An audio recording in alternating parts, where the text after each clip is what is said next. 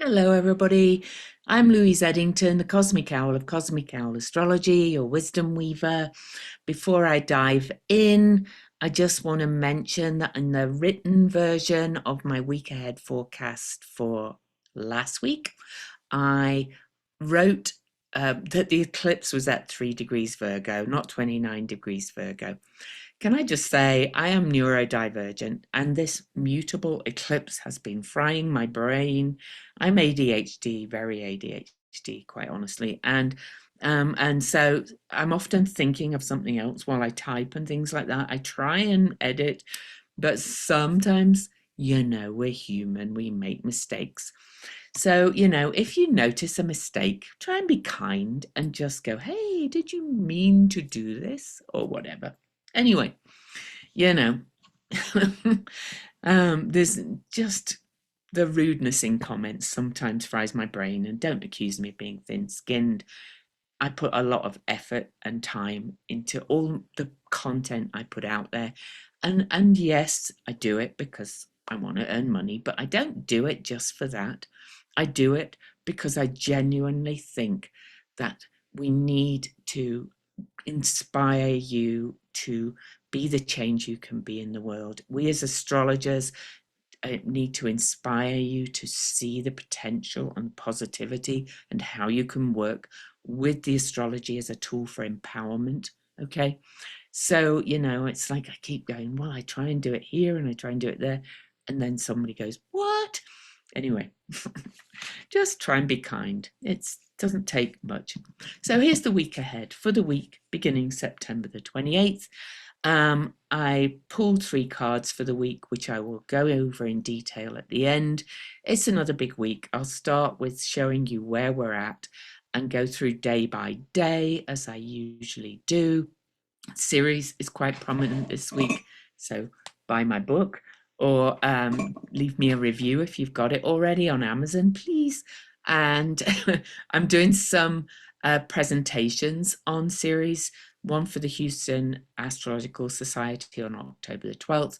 December, I'll be doing a Kepler College presentation on Ceres, but I'm also planning a workshop for the new year where we will gather on Zoom and we'll go into Ceres in detail, working with it in your chart, with the aspects, working with it with how I work with astrology in my way, helping you to tune into the astrology of Ceres in your chart so that you can help to understand her in a deeper way. And then if you're an astrologer or aiming to be, you may work with Ceres more with your clients, which is what I really hope people do. So anyway, the cards will be Justice, the Hierophant, and the King. And I'm quite astounded that 3 major arcana cards jumped out.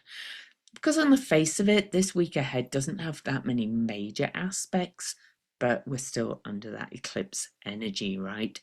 And so it's very powerful period that we're in. So here we go. Let's look at the astrology for the week ahead. And then don't forget, we will go through those cards in detail at the end. So starting the week on Sunday, September the 28th, just to set the scene. So setting the scene, starting the week, let's give you a big overview, September the 28th to repeat. We start with the moon in Sagittarius. Sagittarius moon is very visionary. The moon has moved more than a sextile, which is 60 degrees away from the sun. So the moon is gaining light. We are starting to really take action as we emerge from that eclipse energy, but we're still under it. The nodes are still at 18 degrees. Okay. I've mentioned before that I use the true calculation of the nodes, and one feature of that is that the nodes sit at the same degree through the eclipse period. And I find that always really speaks to me. I have no problem with people using the mean calculation of the nodes if that works for them. But this is one of the reasons I like the true nodes. It kind of really makes it a focal point through the eclipse season. So that's one way we are still in the eclipse season. Other things to note are that Neptune is back at 0 degrees, heading back towards Pisces. You can see that. And so, what else is to note? Well, we're in Libra season. We just had the solstice, so sorry, the equinox. See, brain scramble. So, the equinox, equal day and equal night. We're in Libra season, and we're well into that season now. 5 degrees in at the start of the week. We have had the Mars-Pluto square. I did a whole video on that that I actually uploaded yesterday. It's really worth a good look at it, because I look at the start, the cycle, and the beginning of the next cycle, and how the moon is almost exactly conjunct Mars on this Mars-Pluto square. And I do bring in the Mars-Haumea square as well, and the other aspects that are all at these early degrees of the signs. This Mars-Pluto square, I called it the beginning of the end, because it is in so many ways. Last thing I'll mention, start of the week, is that Pallas Athena, my asteroid, the strategic justice warrior, you know, I call her Venus squared in some ways. She's got that sharper edge. She can really see the images, and she is kind of the pattern seer and the creative intelligence asteroid in many ways.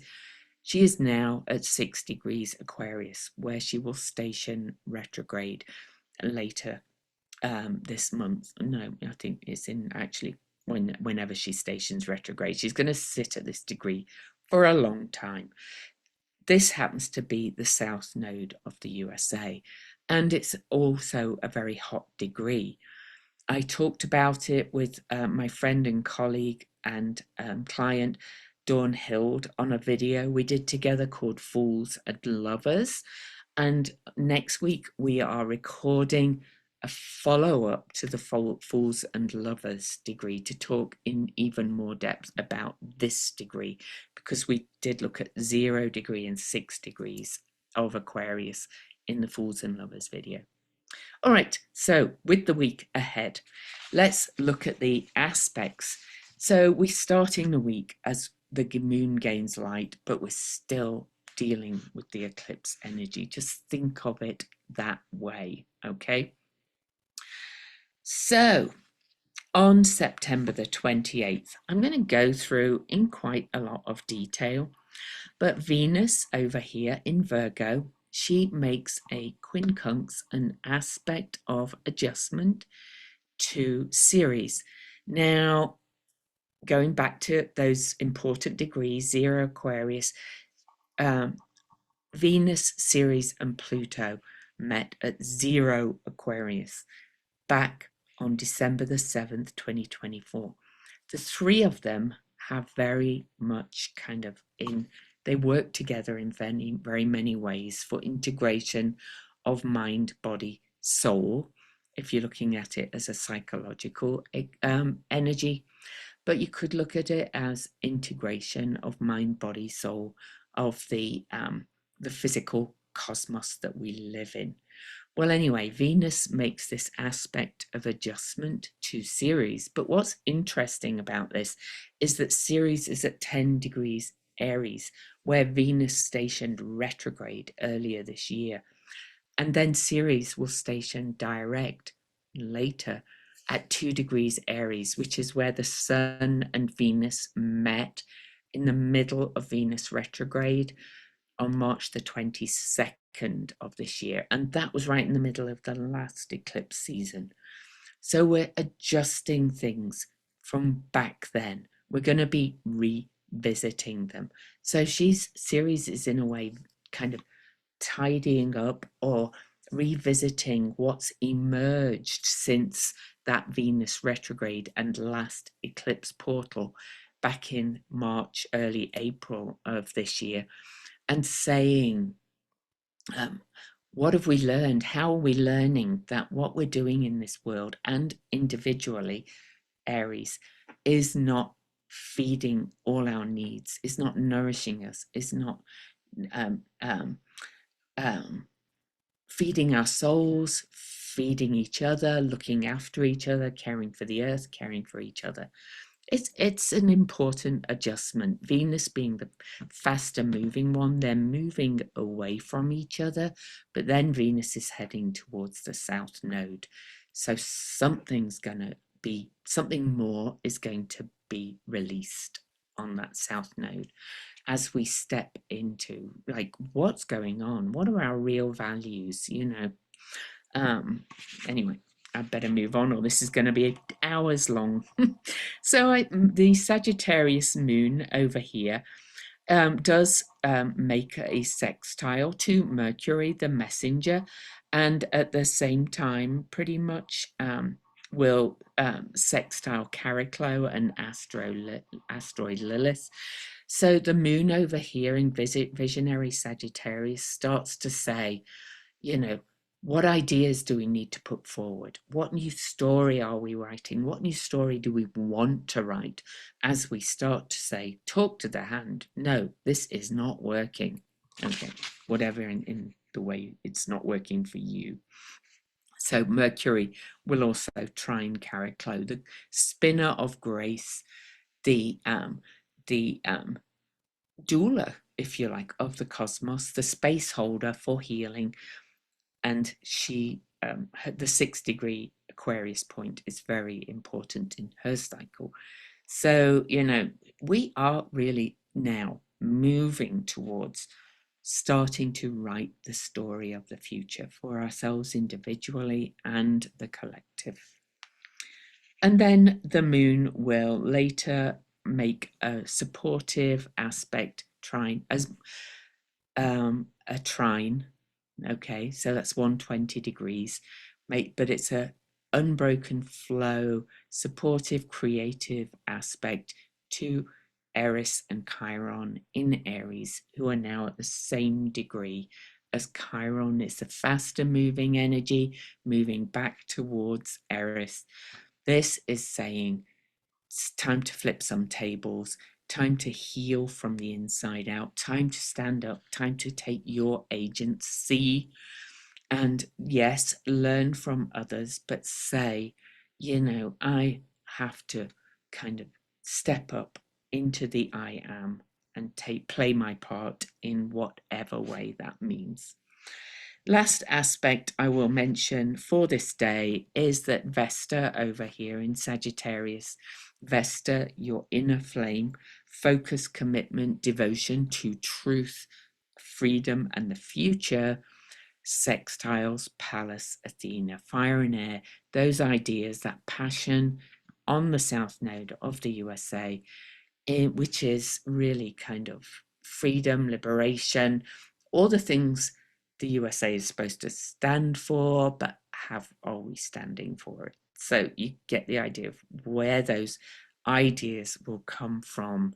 And Pallas Athena really is that kind of stand up to the patriarchy or the hierarchy or the um, um, the damage caused by the hierarchy energy in many ways. So the moon on to September the 29th. Yeah. On September the 29th, I forgot to mention on the 28th that the moon actually squares the nodes. So that's the first opening square after that eclipse for the moon. The moon squared the nodes at 18 degrees Sagittarius to Pisces and Virgo. So a turning point, another turning point anyway. And the moon squares Saturn as we start the morning on the 29th. Now, the moon is sitting at the galactic center at this point. This is interesting because Saturn is now at the degree that Neptune last stationed direct at in Pisces. So again, we're harking back to some cycles on the galactic center. That's like a big cosmic defragger of new information and truths coming in. This is all a process, you know. People are starting to see what's been going on for decades and centuries beneath the surface. And people are, you know, when will people see it? Well, are you seeing everything? Or have you always seen everything? I haven't. I know that I was unaware of a lot of the things I'm starting to understand now, you know. And so this is starting to unravel and unfold in all of us as we move into this biggest shift in consciousness that we have ever seen in living history or in living memory astrologically. Our consciousness is shifting, whether you call it expansion or rising or ascension. Our awareness is expanding, and that's going to change things. Anyway, so the Sun squares Saturn, that's kind of more clarity, if you like. If you remember, the Saturn was opposing the new moon eclipse that was at 29 Virgo. The clouds are starting to clear more. Then the moon will move into Capricorn at 5:54 a.m. and square Neptune. More clarity. The moon in our terms is our emotional receptivity, but in mundane astrology, which is events and the world, is the people. So people are starting to get more clarity. You are starting to get more clarity about your personal journey, and the collective is getting more clarity. Later on September the 29th, Mercury will also make an unbroken flow aspect to asteroid Lilith, that talk to the hand Lilith, which is conjunct Chariklo. I've mentioned that. So she's kind of saying, oh, the things I'm starting to see, as more and more things are revealed, I'm going to go, no, not doing that anymore. She's a bit like a rebellious teenager. But remember, she's in everybody, right? So, those that you might not completely be aligned with, because this is about more than politics. This is about our vision of the world and ideals and values and things like that.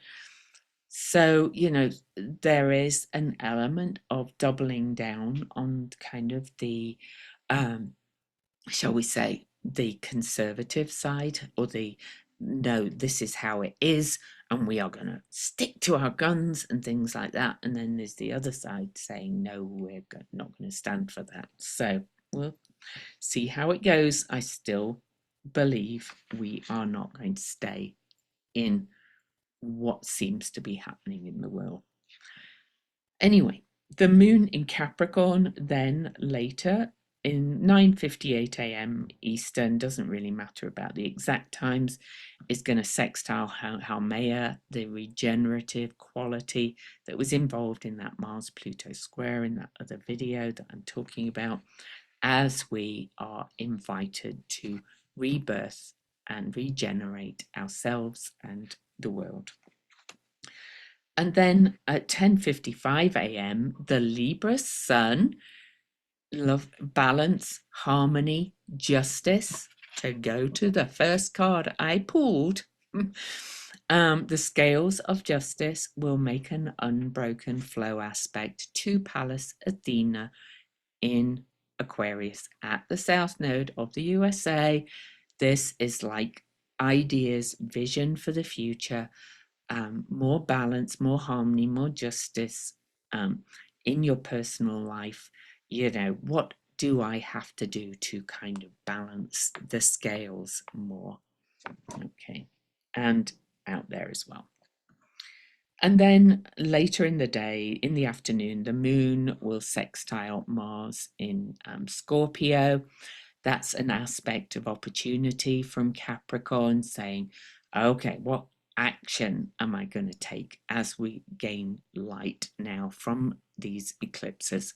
What action am I going to take from the root of my being how can I step into my personal power and use my will, drive, and action to start to create what I want in the world? And then at 7:53 p.m. Eastern, we have the first quarter moon. Now, it's on my Saturn. Why is everything aspecting my chart at the moment? I cannot believe it. So I'm actually going to look up the Sabian symbol for this. So we have the first quarter moon at 7 degrees Capricorn and 7 degrees Libra, and it's still aspecting Pallas Athena, remember. So interestingly, this is birds in the house singing happily. This symbol represents domestic joy, safety, and the fulfillment of basic needs within a secure home environment where individuals feel comfortable and content. So it's a suggestion of being protected, secure, and having all fundamental needs met. However, looking at the whole energy, I would say we're looking at how this is not meeting our fundamental needs and how we can work to build structures, Capricorn, to meet our fundamental needs. Okay. So, but it's also associated with a sense of established order and comfort where one's immediate surroundings are a source of happiness. And it can also imply the ability to bring cheer and care to others within the domestic sphere. So this first quarter moon is really interesting because it's looking at your home, your structures, what makes what brings you that sense of security and need fulfillment, but then out in the world, what brings you, the world, that sense of security and need for everybody. So it's kind of got that double kind of energy to it. Now, there's an interesting blog called The Sabian Symbologist. Okay, he uses Mark Edmund Jones' original kind of thing and then talks about it. So I'll read Mark Edmund Jones' interpretation.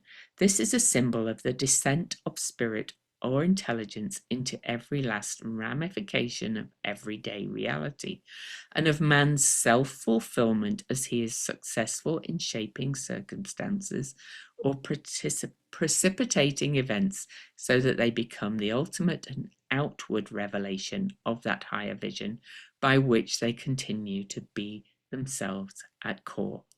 Here is the actual and impregnable independence of the individual, evident as at length they are able to make their world their own and call on all to share it with them. So when positive, the degree is an insatiable urge to put everything to use and to employ every least talent of the self. But when negative, it can be idle narcissism. In other words, my needs are met, I don't care. So it's, look up that symbol yourself. All you need to kind of do is Google 8 Capricorn Sabian to find all the interpretations and find what it means for you and see what it aspects in your chart if you want to look at this at your individual level. So for this degree as well, there's a Chandra symbol and an Omega symbol that are by John Sandbach. So I'm not going to read them all, but I'm going to let you kind of just soak up the symbols. So the Omega symbol is a river passes through a deep, narrow canyon full of shadows. He said this is a parent, teacher, not preacher, and it's a desire to know. And he also said in times of hardship, this degree keeps on going like a river through a canyon, through the shadows, through the valley of the shadow of death, you could say. I added that myself. And the Chandra symbol for this degree is a snake charmer. The only way you can charm the snake is to get in tune with it. It's not about having power over the snake. It's about melding to its consciousness and following its dance. This degree is adept at following the dances of others, at tracking with them in such a way that discord and misunderstanding are let go of, at least for a while, so that an exchange of energies can occur, which promotes deep understanding. Just sit with that for a bit, for whatever that means for you in your life and for us as a collective, because we live in this quantum world, quantum universe, quantum cosmos, and we are interconnected with everything. So we are not separate from those that we disagree with, right? So it's kind of, we've got to do this snake charming dance, okay? So anyway, that's an interesting where I went with all that.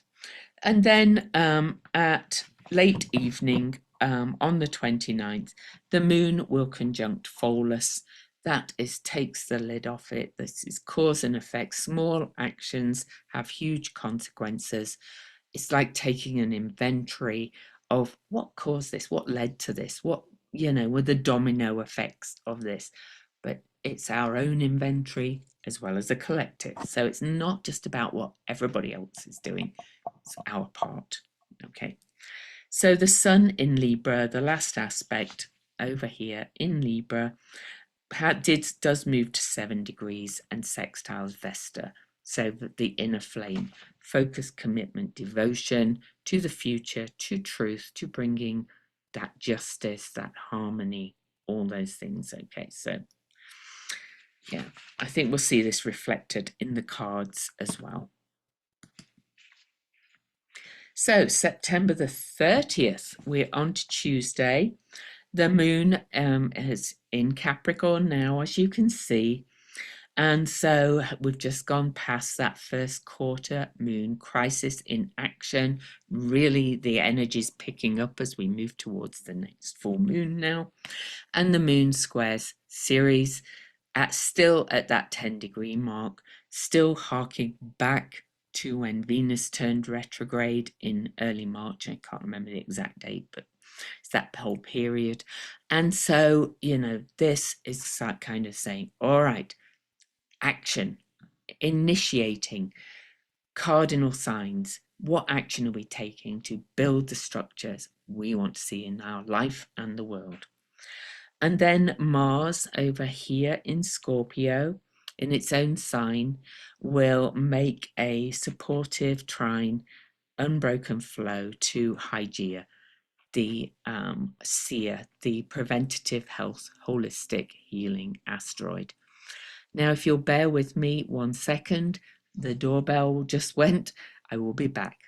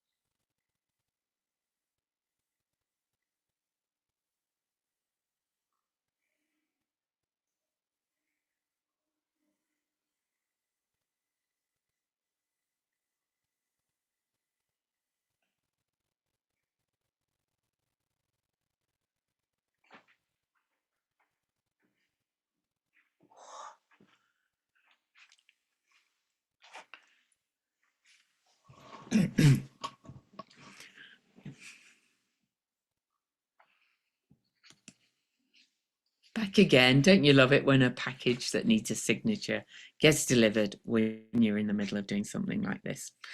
So anyway, we're on September the 30th. So after the first quarter moon, the moon squares Ceres. Again, we're looking at how we meet our own needs and find our agency, or we make sure that our own needs are met, and then we take it out into the world to build structures that will hopefully meet everybody's needs as much as possible, the moon, the people. But it starts with you.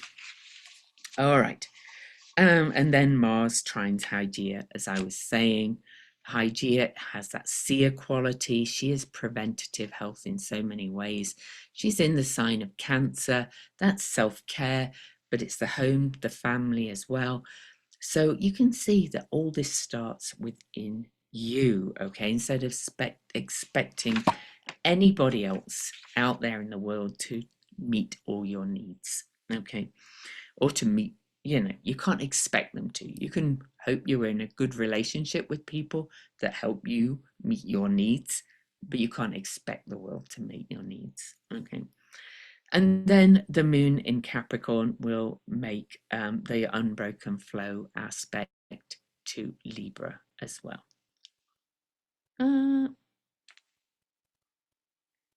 To Venus, to Venus. The moon will make an unbroken flow aspect, a trine to,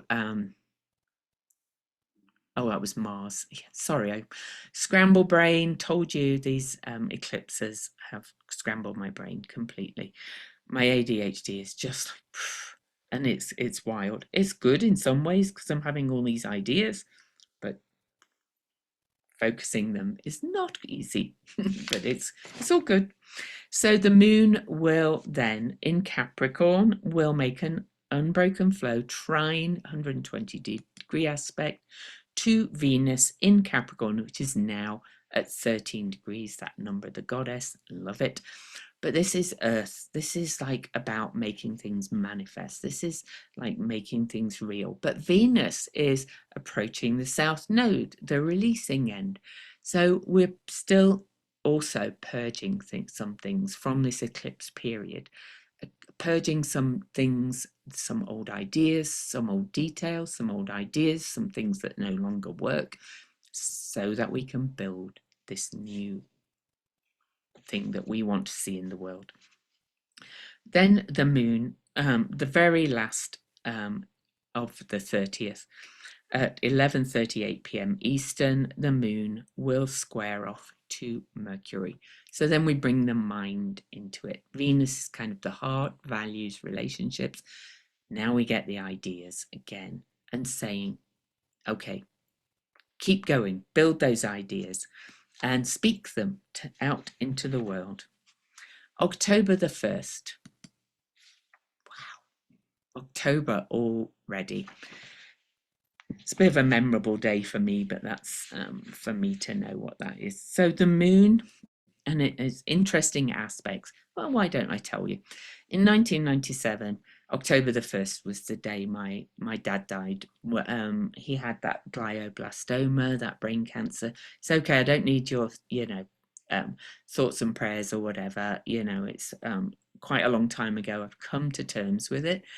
But this is an interesting day for this to happen for me, because I've been dealing with over the time a lot of, family history, patterns, things I learned from family, and as we all do as we go through our personal growth. And the moon will oppose Jupiter in the sign of Cancer on that day, and Cancer Capricorn is birth to death. It's the family axis. It's the elders and your early life in many ways. So with the moon squaring Jupiter down on that day from the sign of Capricorn, you may emotionally start to really look at some of those patterns yourself. And it's at 22 degrees, which I find interesting because that's a master builder number. And I've been talking for a long time how the whole trajectory of all these aspects is showing us that the kind of ancestral trauma we have been dealing with in the structures, Capricorn, that we live under. So this has got many layers again. And just looking at how we're still under all this energy that we're at, 22 degrees, the master builder is saying, it's another kind of look at how we need to kind of just leave that trauma behind. It happened, we can't change it, but we do not have to let it control our responses and how we live anymore. Okay. So I just find that really interesting that that happens on that day for me, but for us collectively, it's in that Cancer Capricorn structures, safety, security, but also birth to death. So think about how that means for you. Right after that, Juno over here, our sacred contracts asteroid, moves back into Sagittarius. We've had a really interesting time with these goddesses traveling through the Scorpio, kind of helping us to step into our personal power-filled energy, to quote that Mars-Pluto square and to quote Steve Judd, rather than that powerful energy. It's power from, not power over. And Juno then re-enters Sagittarius, and now it's time again to start shooting those arrows to the future, to live your truth, to get clear, speak your truth, teach your truth, all of those things, and to explore those higher experiences as well, which is very Sagittarius. And then later on October the 1st, interesting lineup here. So we get Moon will square Eris and Chiron. So we'll get that shake up again, us shaking tables, what we need to heal, where the wound has let the light come in to show where we have not been taking our agency. Even in simple things like people, not voting. Like, where have you thrown away your agency? We've kind of thrown away our voting rights by not appreciating it. That's in the USA. But in many ways, we've, churches think the big sky daddy does things for them and, does all things like that, which is not the original message of most religions. So, if we look at all of that, they all kind of say, you are the human embodiment of the divine and your actions count.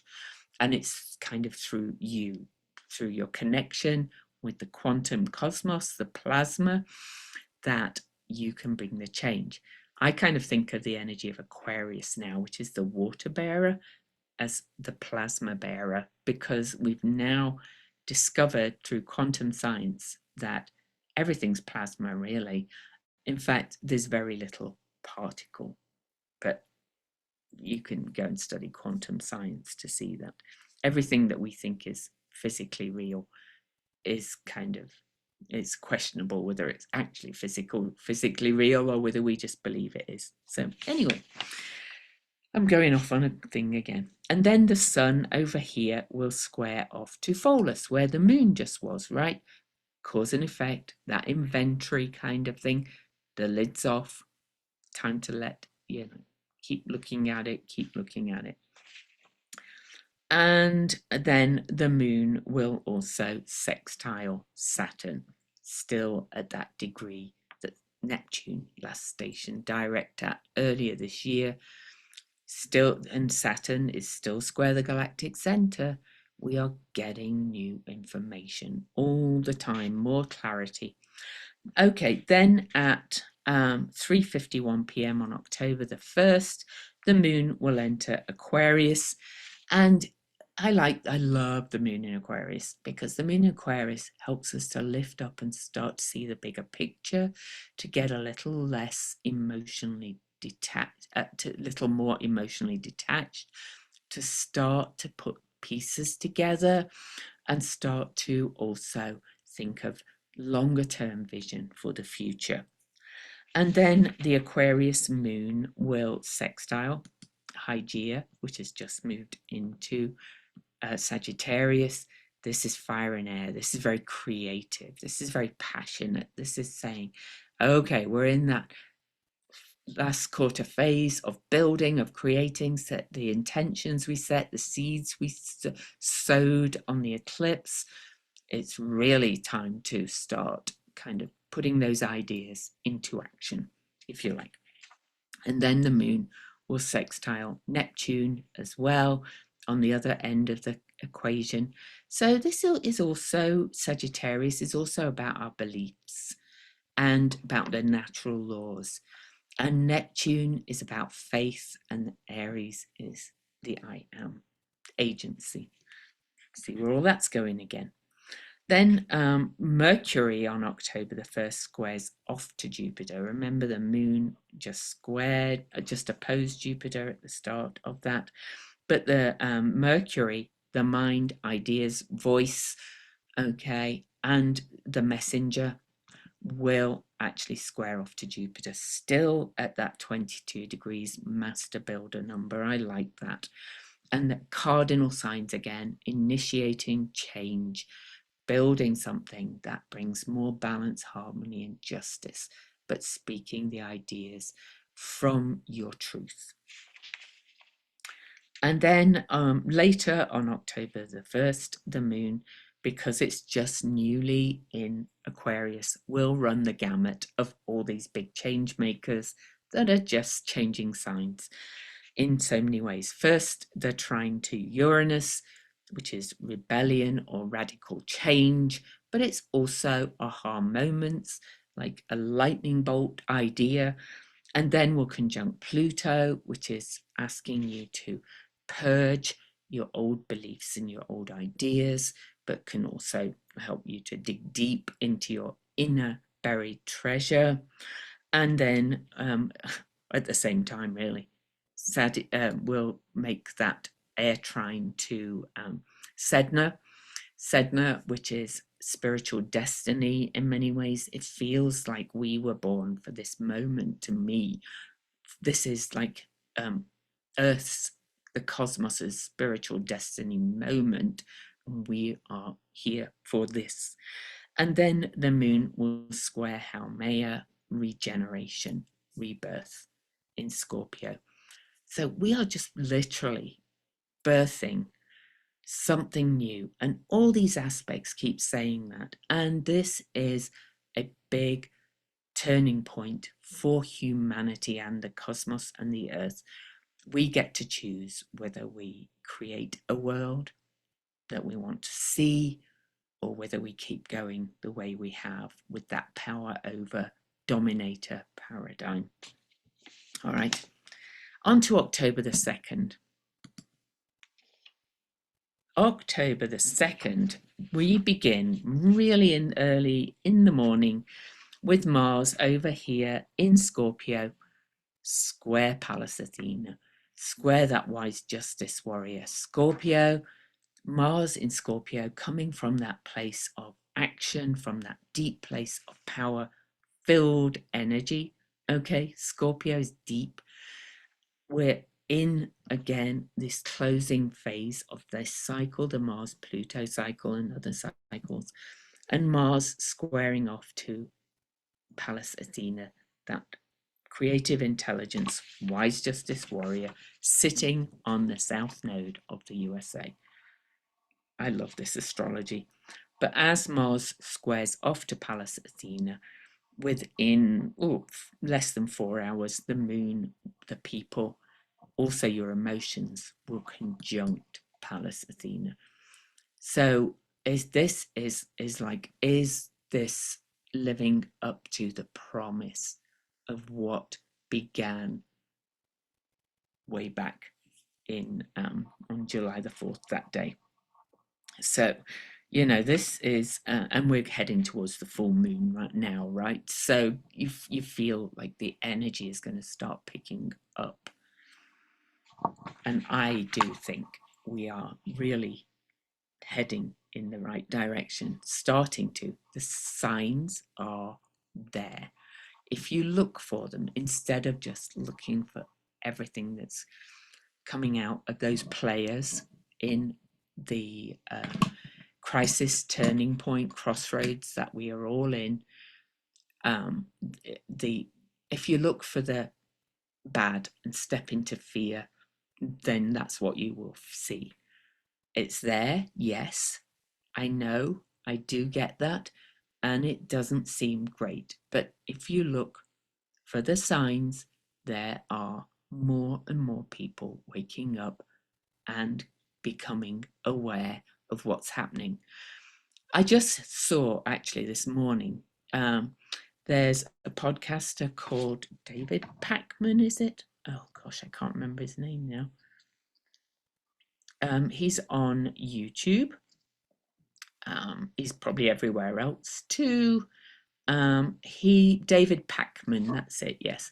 He actually interviewed the guy from the Election Truth Alliance, who are gathering more and more data and evidence that there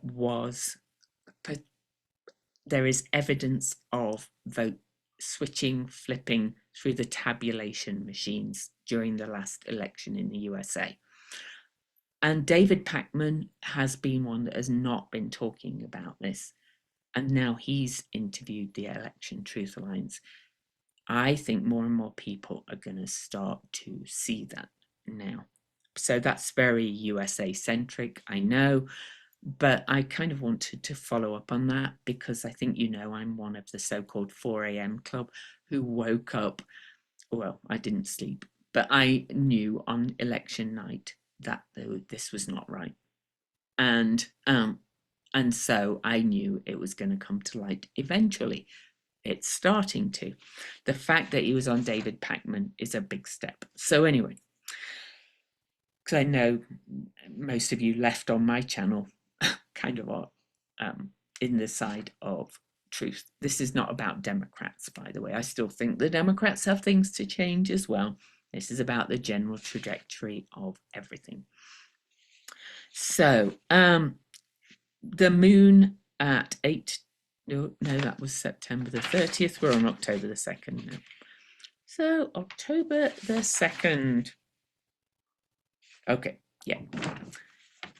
I can't remember where I was, but on October the 2nd, I was in Mars Square to Pallas Athena, because that's, I think, pretty big. So, and the moon, of course, will also sextile Vesta then, right after that. Focus, commitment, devotion, also the hearth of the state, by the way. So then 9:16 a.m., the sun over here. You can see that Ceres has now moved off 10 degrees. Okay, she is about halfway through her retrograde of revisiting where we are making sure we meet our own needs or make sure our needs are met and starting to step into our agency. Anyway, the sun in Libra is, in the sign of relationships, facing off to Ceres on the 2nd and kind of shining that light onto where have we balanced our needs with others' needs. That's all I need to say. And then the moon will join that party from Aquarius with a sextile to Ceres and a trine to the moon. So we've got a lovely wedge aspect, fire and air, action taking, bringing more and more action is going to start being taken. Okay. So 9:22 p.m. Neptune over here, still at 0, Aries, not ready, not quite moving back into Pisces yet. We'll trine our sacred contracts asteroid, Juno in Sagittarius. Faith, Neptune, in my ability to vision the future, that where all our sacred contracts with all that is are created.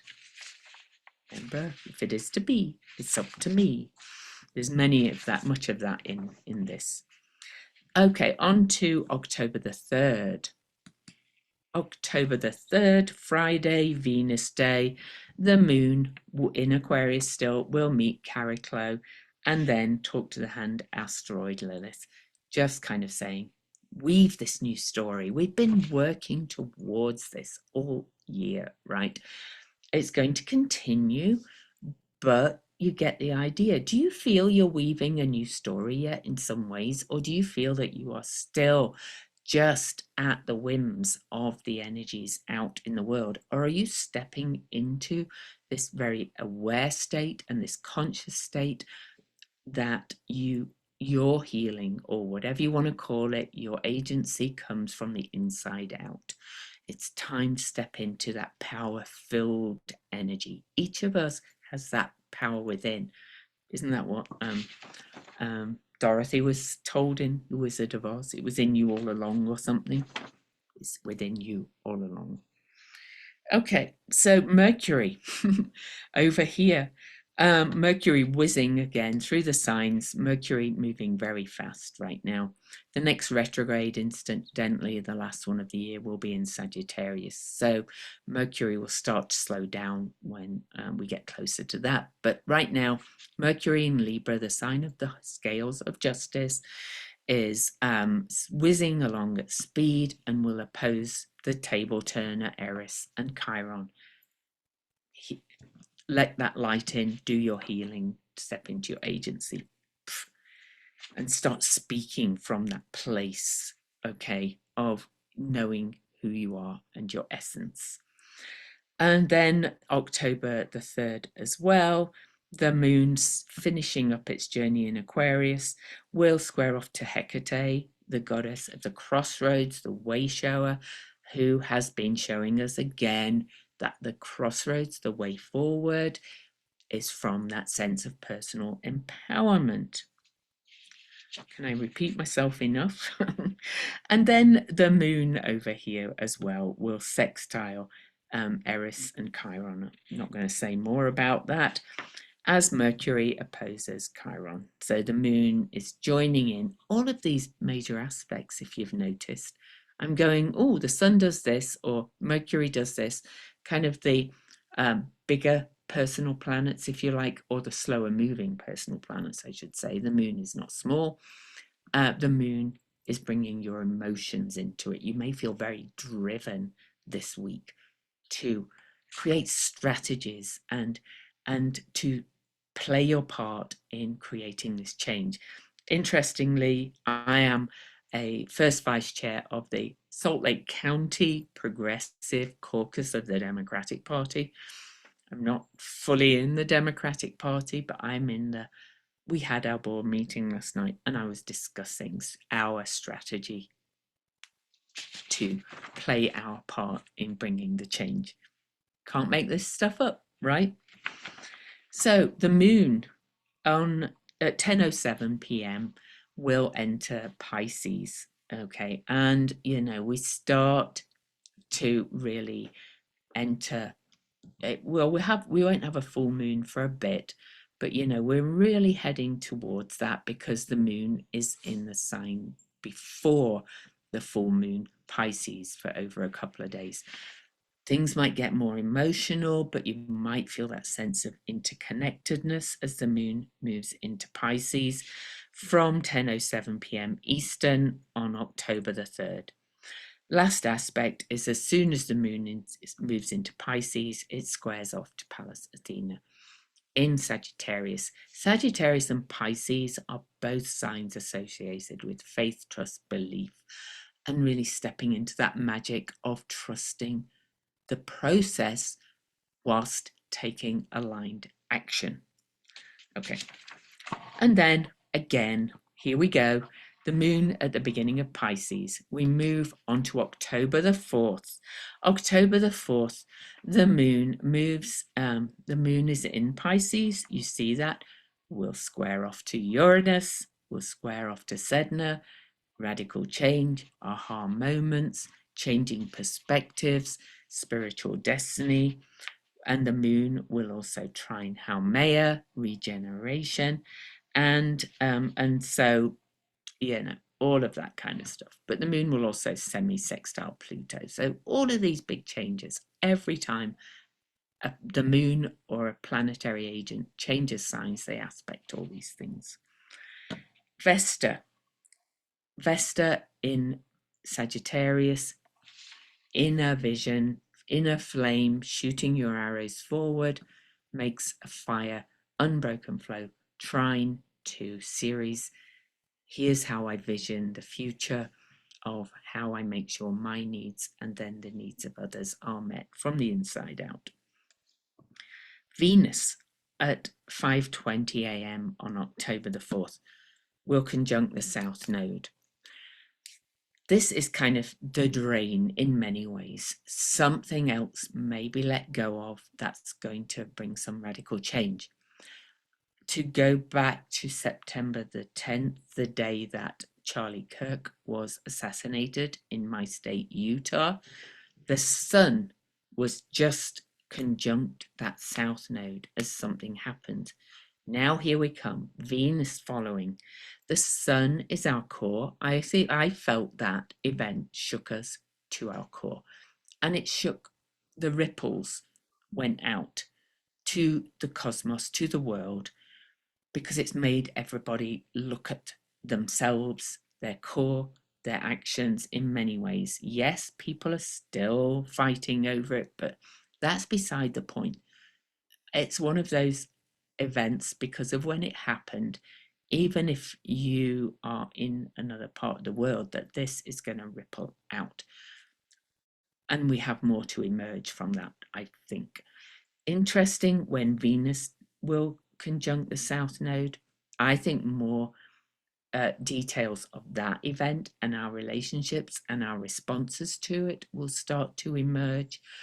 And there could be another element of how the impact of this event, no matter what your politics are, is changing things. Okay. So does that make sense to you? These, events kind of happen like that if they happen at a major turning point. There's something that has flipped a switch. People are starting to question the details. Virgo, all these kind of things. We've got, other podcasters questioning the details. We've got videos going around going, well, this happened, what does this mean? What does this mean? No, nobody quite, or not many people that I know believe the official story. We still don't know. Anyway, all that to say, October the 4th, Venus will conjunct the South Node. Something else will go down the drain that will reveal more details, I think. But this could affect your personal life as well. What was happening during the eclipse season? Something else will be given away. With Venus is our values and our relationships and our love language in many ways. We all have our core values. And what are they really? Are your core values? And so how can we work to draw people's core values together? That may be something around that in the bigger sense of the word. October the 4th. The moon in Pisces will trine Hygeia, holistic health, that's seer quality. We've got that watery trine going on still. I didn't really mention that. It's kind of active still, washing away things.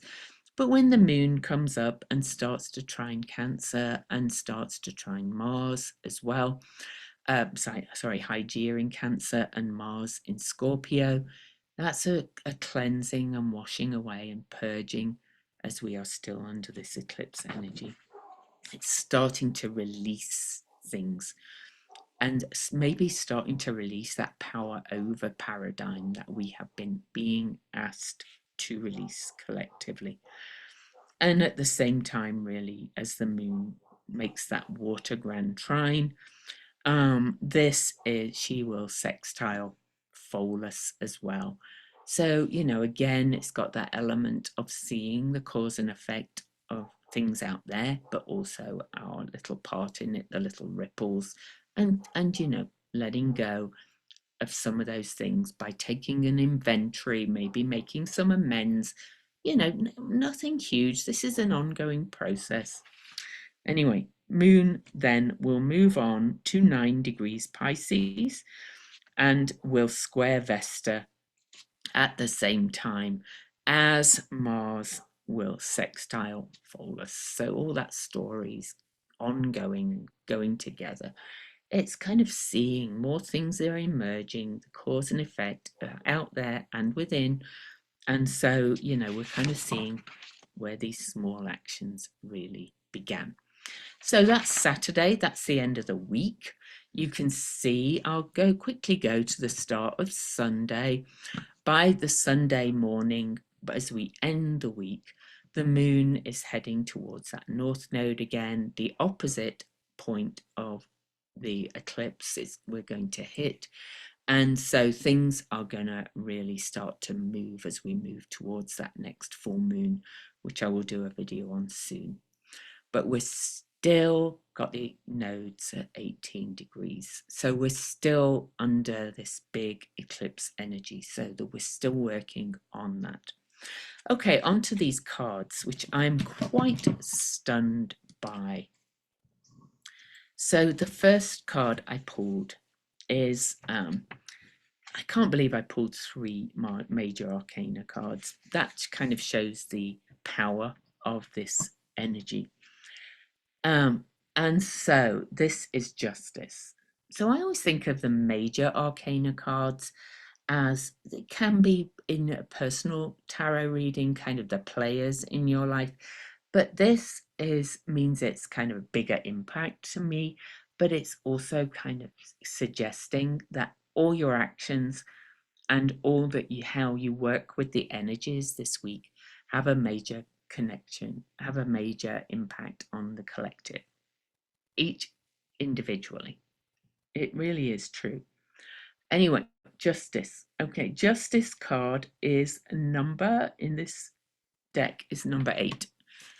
We had quite a lot of 8s happening this week with that Pholus being Pholus in Capricorn, the centaur being activated over and over again at 8 degrees. 8 is the number of infinity, but it's also balance when you turn it on its side.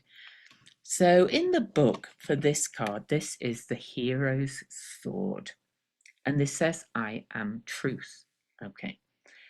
So let me see what the quotes are for this. Damien Hirst said, without the perfect equilibrium enacted by the scales, the sword becomes a dangerous instrument of power rather than justice.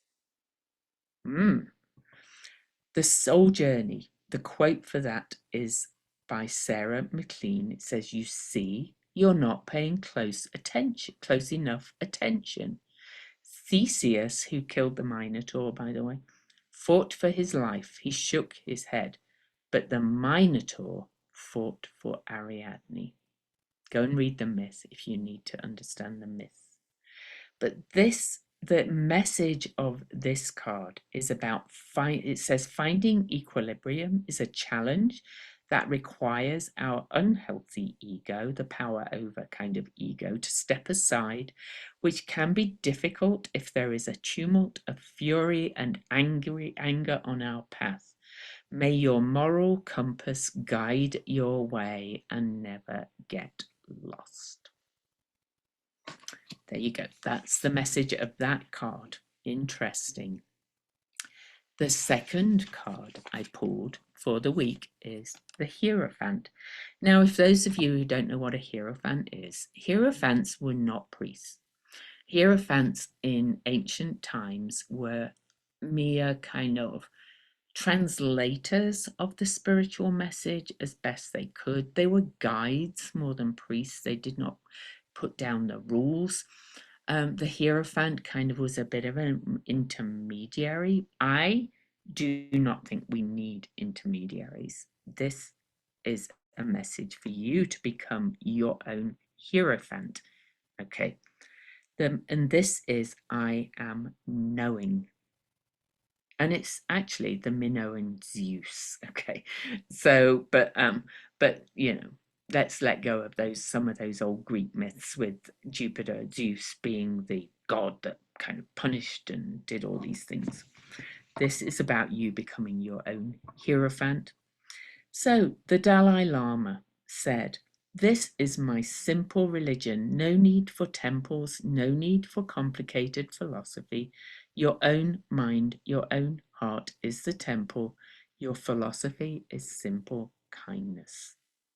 So the Hierophant offers spiritual development that can be accessed through ancient knowledge, guidance, tradition, and wisdom, all of which arise from orthodox learning. Respect for the dedicated work of such teachers is helpful when we step into a space of traditional structures and conventions. The shadow side of the Hierophant holds authoritarianism, judgment, and rigidity. However, if we honor what is being offered, then we may come away with more than we had before. You may follow the path of a Hierophant or their institution for a short time, taking courses, sitting in meditation, reading tomes, and listening to their words. Perhaps you are hearing words that feel like dogma to you, or maybe you feel you have found a path to enlightenment. You may or not want to believe or conform to such traditional ways, but before making your decision, clear away any bias you may be clinging to. Take some time to listen to the teachings and reflect on what is being spoken. Then stay close to yourself and keep faith within your own spiritual development. Know yourself. I think that's actually a quote from the Bible, right? Know thyself or something.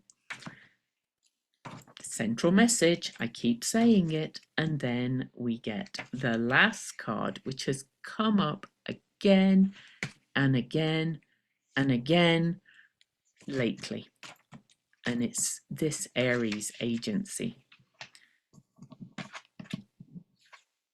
I am powerful, the king. I am going to change that to I am power filled. Okay, so the book says I am powerful, but it is about being power filled. I'm going to read you the quotes again that come with this card. The last Western society to worship female powers was Minoan Crete. This is what this deck is based upon. The Minoan Crete myth of Ariadne. And significantly, that fell and did not rise again. Camille Paglia. And there's another quote here from a book called See No Gender by Abhijit Naskar.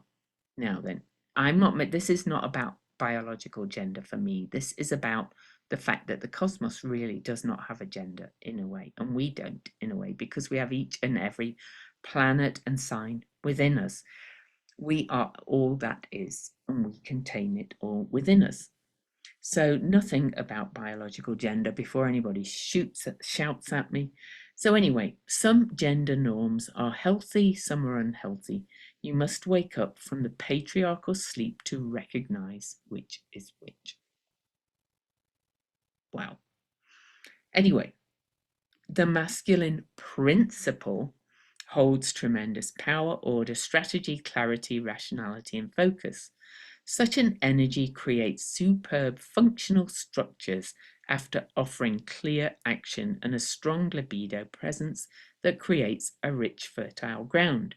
This energy heralds the ability to build order out of chaos. This energy can develop a rigidity and inflation that can lead to the use of control and diminishment that develops into tyranny, that power over paradigm. Patriarchy and misogyny are held within the shadow of this archetype. The conscious masculine principle within all of us knows what can be changed and created, but will also respect what is needed to be honored and left alone. Here is courage, responsibility, security, caring, support, love, and protection. Such an energy owns a deep compassion that embodies and encourages leadership and strength without domination and disempowerment. Over the centuries, learnt toxic masculine principles have led societies to create harmful consequences. Times have changed, and we are now starting to embrace and integrate the energies within us. The awakened masculine principle is magnificent, liberating, and empowering. I'll leave it with that. But don't forget to subscribe, give me a thumbs up, all those things. And when I turn the transcript of this into a day written post, I will try and remember to read through it this time and make sure I didn't type the wrong degree. Bye.